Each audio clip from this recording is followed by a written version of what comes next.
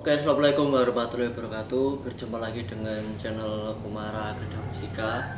Nah, oke teman-teman, di konten kali ini saya akan mencoba untuk memenuhi request subscriber Kumara Krida Musika. Jadi ada yang meminta kemarin meminta buat membahas mengenai topeng dan juga tokoh Gendruwo atau Joko Lodro.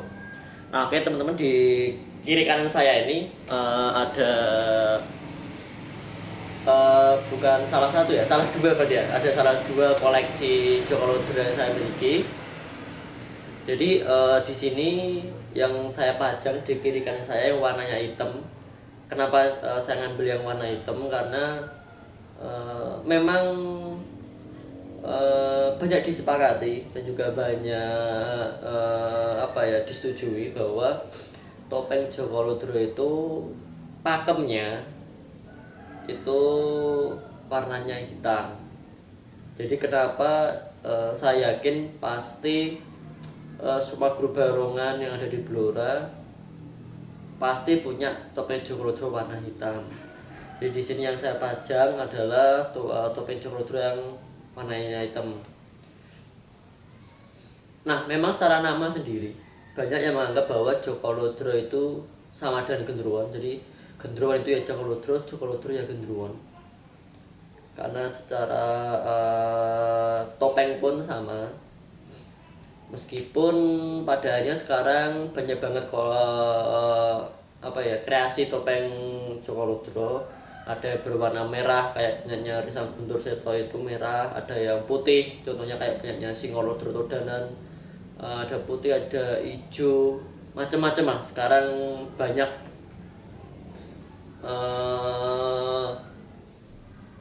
Tapi memang banyak disepakati bahwa pakemnya warna hitam.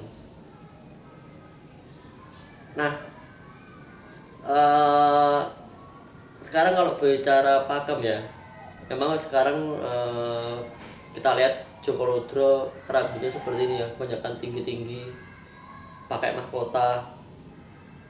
Bahkan yang terbaru sekarang bagus banget mahkotanya, kayak mahkota karnival ya kalau saya nyebutnya. Memang saya belum masang ya, karena belum punya juga, punyanya cuma yang mahkota seperti ini. Tapi sebenarnya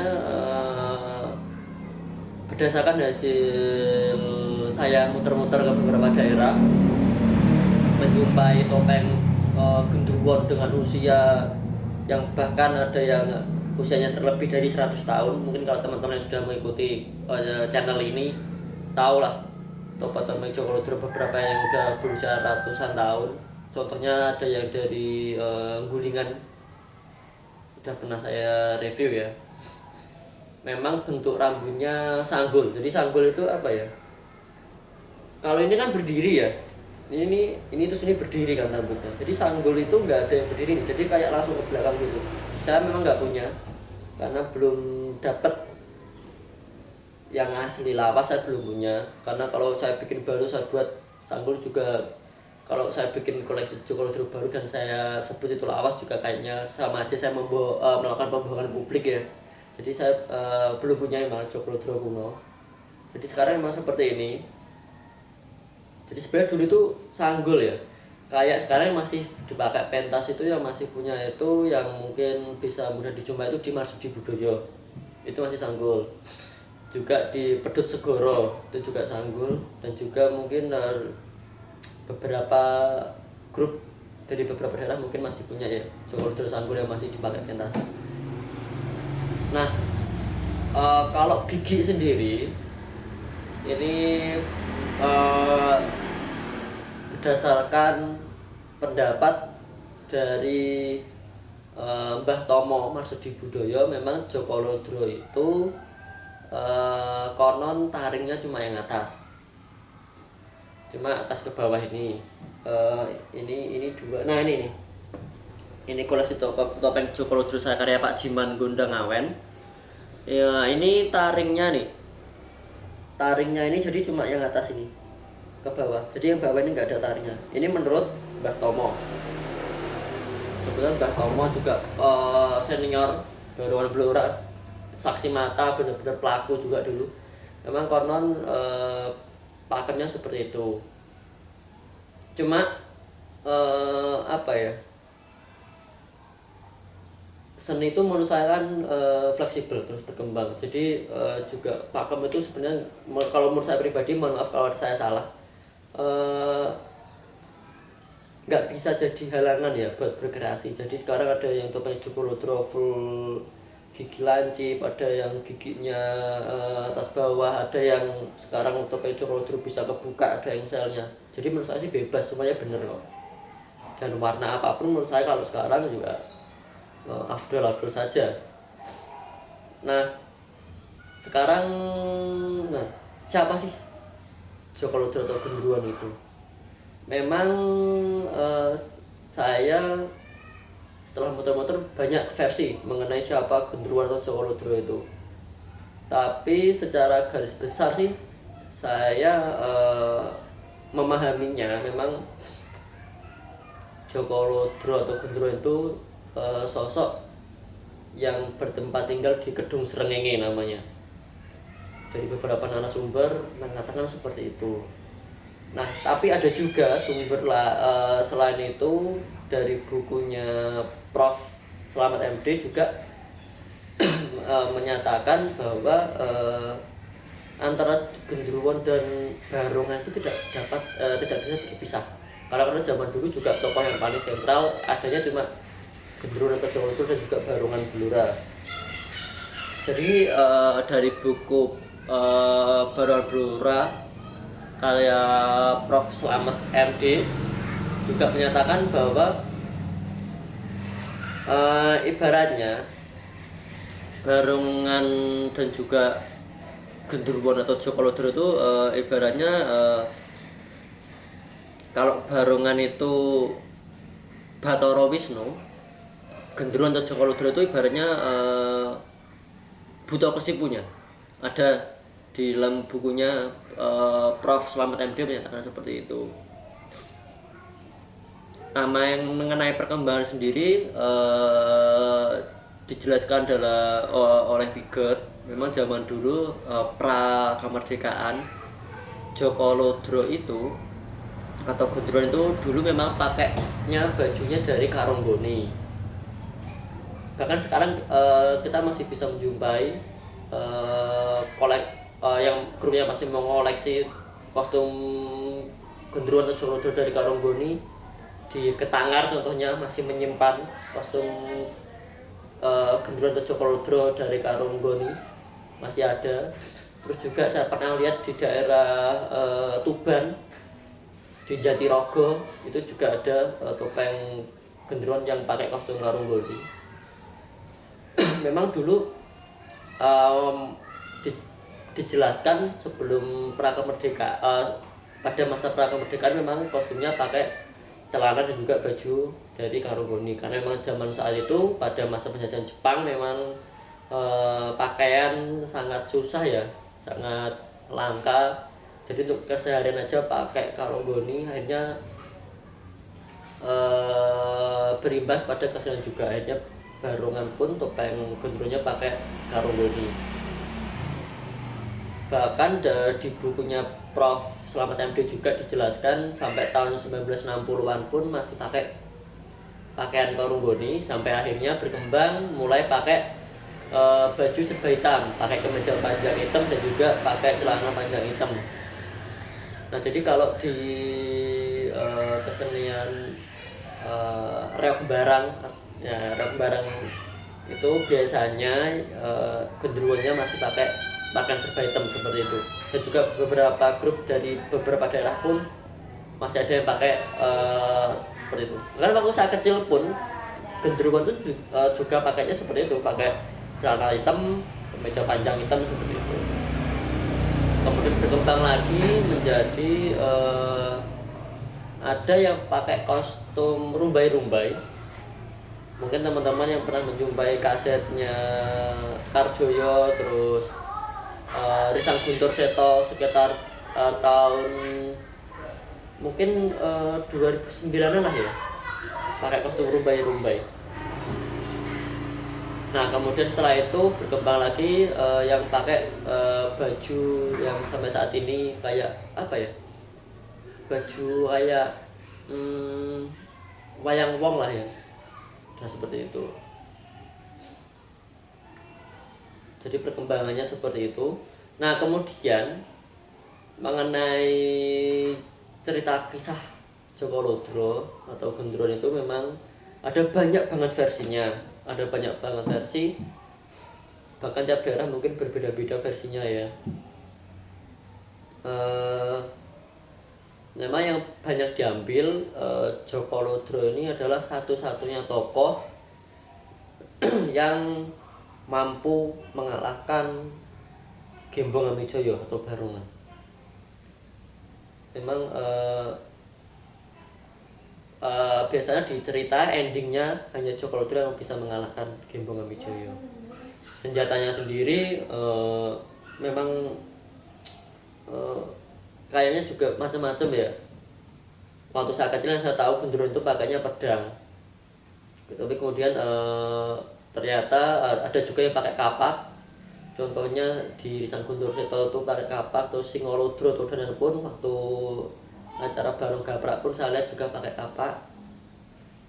Ada juga yang mengisahkan mengalahkan Gendruwo, mengalahkan Barungan dengan pecut juga, pecut semeti juga ada. Kalau kami di Kumara memang kami pakai cemeti atau pecut. Tapi ada juga ya, karena memang tidak ada kitabnya, tidak ada kitab atau apa ya, kayak prasasti atau sejenisnya yang menyatakan sebenarnya pakemnya itu senjatanya apa gitu. Jadi memang ada beberapa grup yang punya versi masing-masing. Tapi kalau menurut saya pribadi semuanya benar. Jadi kita sebagai sama seniman ya menghormati lah. Nah mengenai kisahnya, jadi ini karena cukup rawan, jadi saya hanya yang saya sampaikan di sini hanya yang berpedoman dari buku tertulis. Jadi bukan dari yang lisan karena cukup rawan pertanggungjawabannya.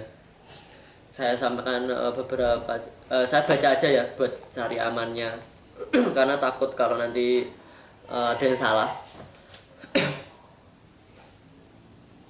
Jadi di sini di bukunya Prof. Slamet MD itu dijelaskan memang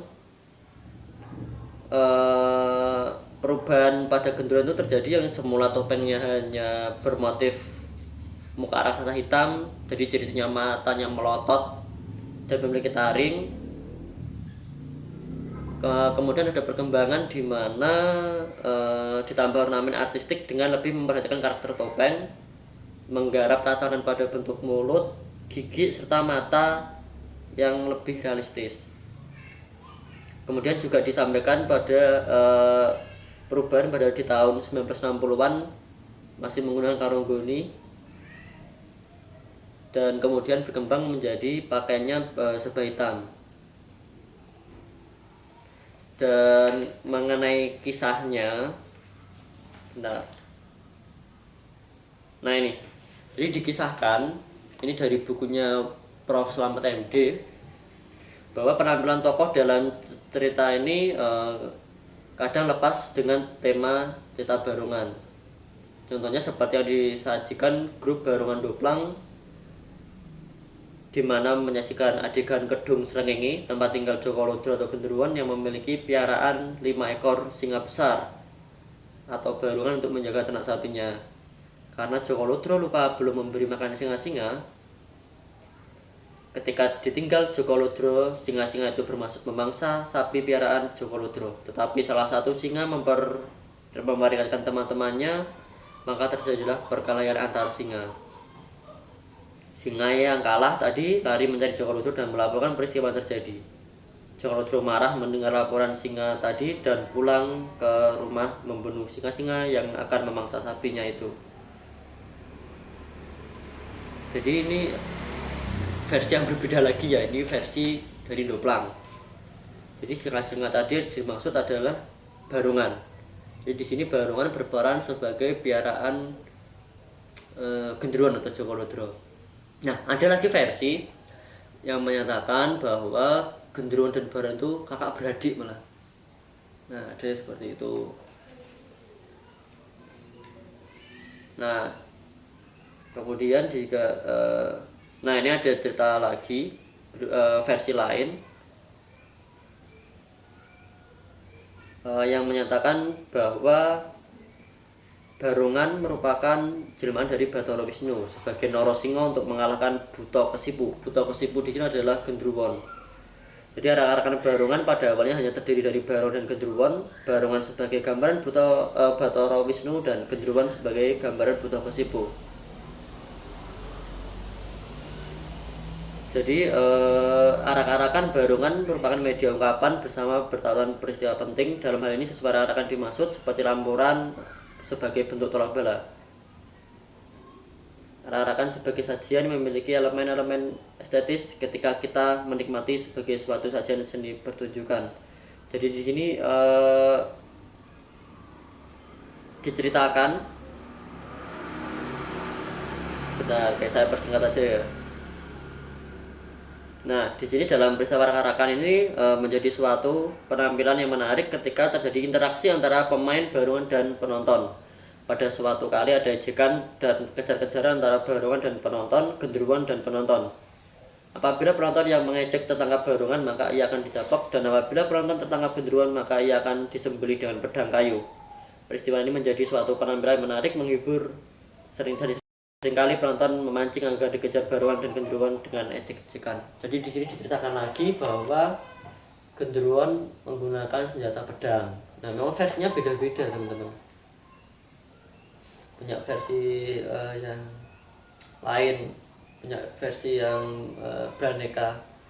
Bahkan ini ada juga versi yang menyatakan bahwa Joko Lodro dan Gendruwo itu dua tokoh yang berbeda. Ada yang menyatakan seperti itu. Jadi ada yang menganggap bahwa yang mengalahkan mengalahkan Barongan itu adalah Joko Lodro, sedangkan yang Angon Jaran itu Gendruwo. Jadi versi ini saya dapat dari Randu Blatung. Ketika saya melakukan kunjungan ke Randu Blatung, dapat cerita seperti itu. Nah, jadi apa ya? Tugas kita sebagai penerus memang hanya bisa mengapresiasi, menghargai, menghormati, karena memang belum pernah ada kayak workshop atau sejenisnya yang saya tahu yang membuat kesepakatan mengenai cerita Barongan Blora dan juga cerita mengenai siapa dan bagaimana sosok Joko Lodro itu. Jadi memang versinya beda-beda. Mana yang benar? Kalau menurut saya pribadi semua benar. Selama itu menurut saya melestarikan budaya Indonesia, melestarikan budaya Jawa, melestarikan Barongan Blora. Jadi menurut saya semuanya benar. Oke, terima kasih. Itu tadi sedikit pemaparan saya yang sangat singkat sepengetahuan saya karena memang terbatas durasi di sini. Jadi kalau pengen lebih jauh sharing bisa menghubungi saya secara pribadi. Oke, mohon maaf apabila ada kritik saran silahkan tulis saja. Kalau mungkin ada request saya mau bahas apa silahkan tulis saja di bawah ini. Oke, terima kasih yang sudah menyimak konten saya kali ini.